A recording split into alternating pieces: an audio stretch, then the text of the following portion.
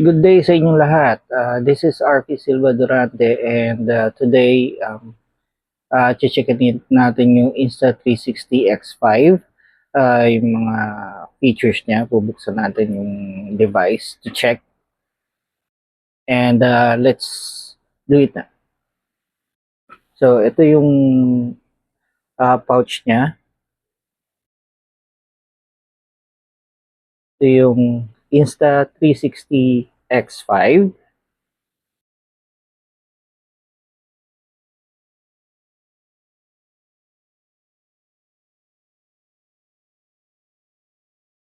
Okay. So, ang nabago dito is ito, charging port area dito na sa baba. Ang X4 nandito, pati X3 din yata. Then charge yung battery, mas malaki siya ngayon, so 2,400 milliamperes. And sa ilalim, makikita nyo may option to use a magnetic quick release. Same nung sa Insta360 Ace Pro 2. Then, ito na yung isa pang bago sa kanya na removable lens. If ever na magasgas, mabasag, pwede nyong palitan. Ito yung port. Slide lang. Up. Yan na kagad. Dapat secured. Wala ka makikitang kulay orange para sealed. Then, mga button. Ito yung on button. Quick menu. Record menu. Tapos, menu button din to. So, let's open it.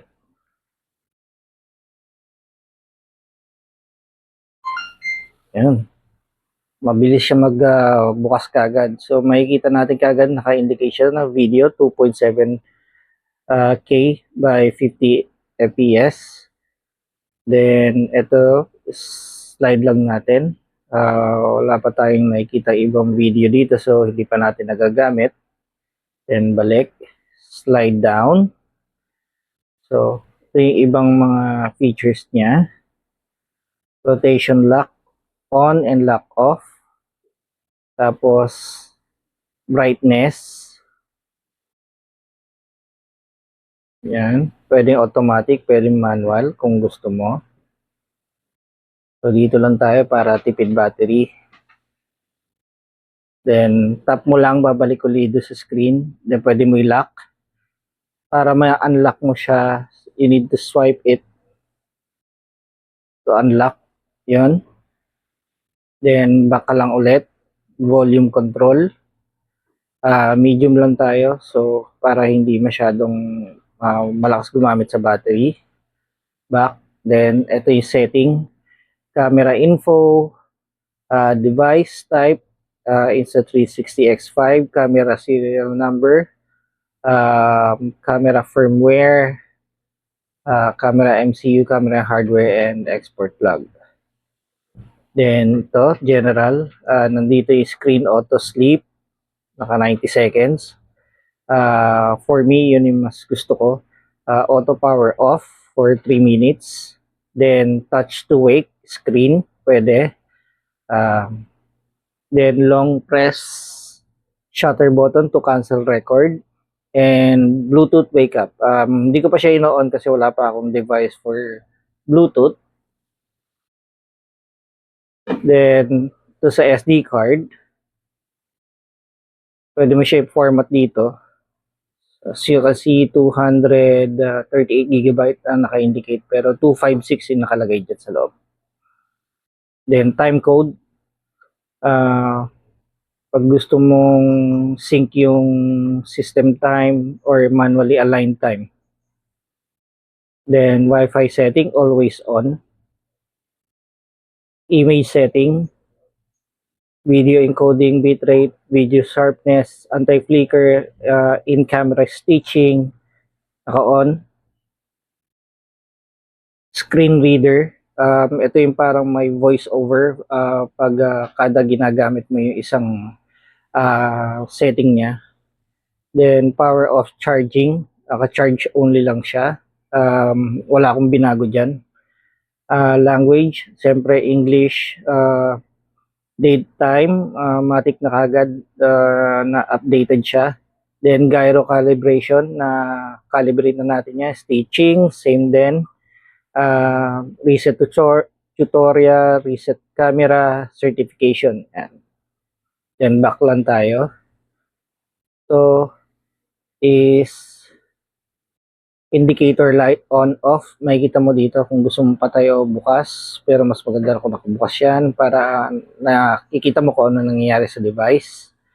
Then dito may all highlights assistant, pre-recording, and sync files to the cloud. Pero hindi ko ginagamit yan. Then slide to the left, gesture control, voice control, twist and shoot. Isa sa mga bagong features niya para mas madali mong gamitin, hindi mo na inaabot pa yung device para lang mag-turn off ng video, turn to shoot a picture. Then accessories, pag meron na like dive case, POV, chest mount, thermo grip cover, yan, automatic niya mababasa yan. Tapos endurance mode, ito yung sinasabi nilang nakakatipid ng battery for long video. Kaso bumababa yung resolution, like 4K lang yata siya or 5.7K. So back lang tayo. Video, voice control, yan, English. Pag in-on mo siya, ito yung mga dapat mong sabihin: take a photo, start recording, stop recording, mark that, shutdown camera. So ngayon naka-on siya, off lang natin. Back to menu. Dito naman sa video. Single lens video. Ayan, yun yung reader. Kaya may narinig kayong sound. So 360. Pure video.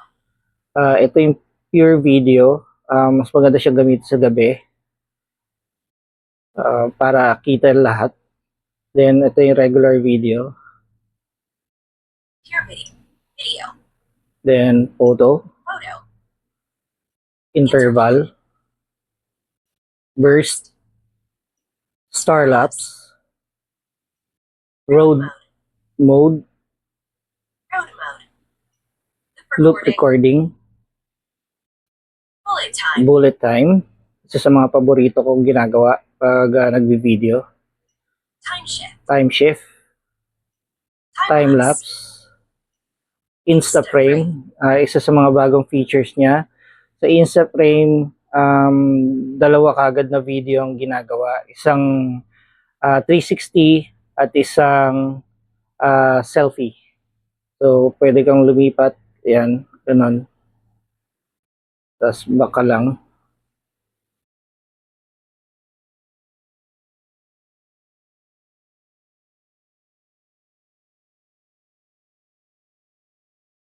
Instaframe. Pure video and video.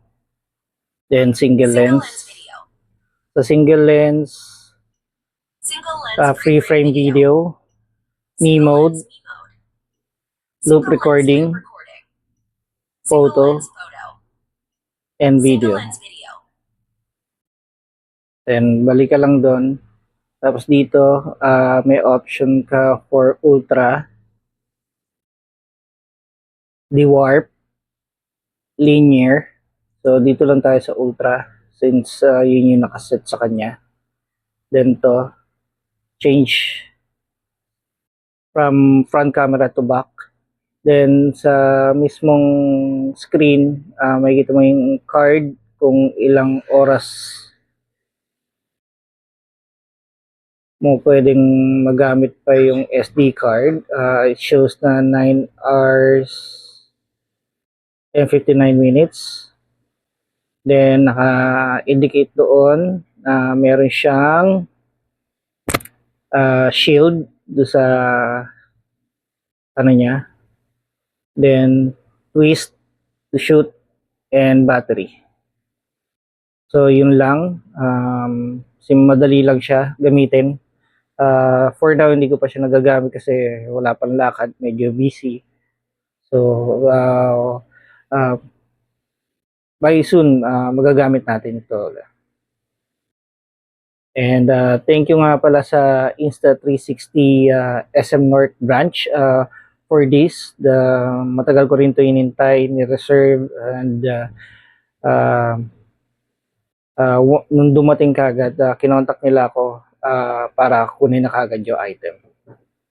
So, hanggang dito na lang, and thank you for watching my YouTube video. Please like, share, and subscribe. And marami pa tayong video gagawin. Salamat. Thank you. Bye.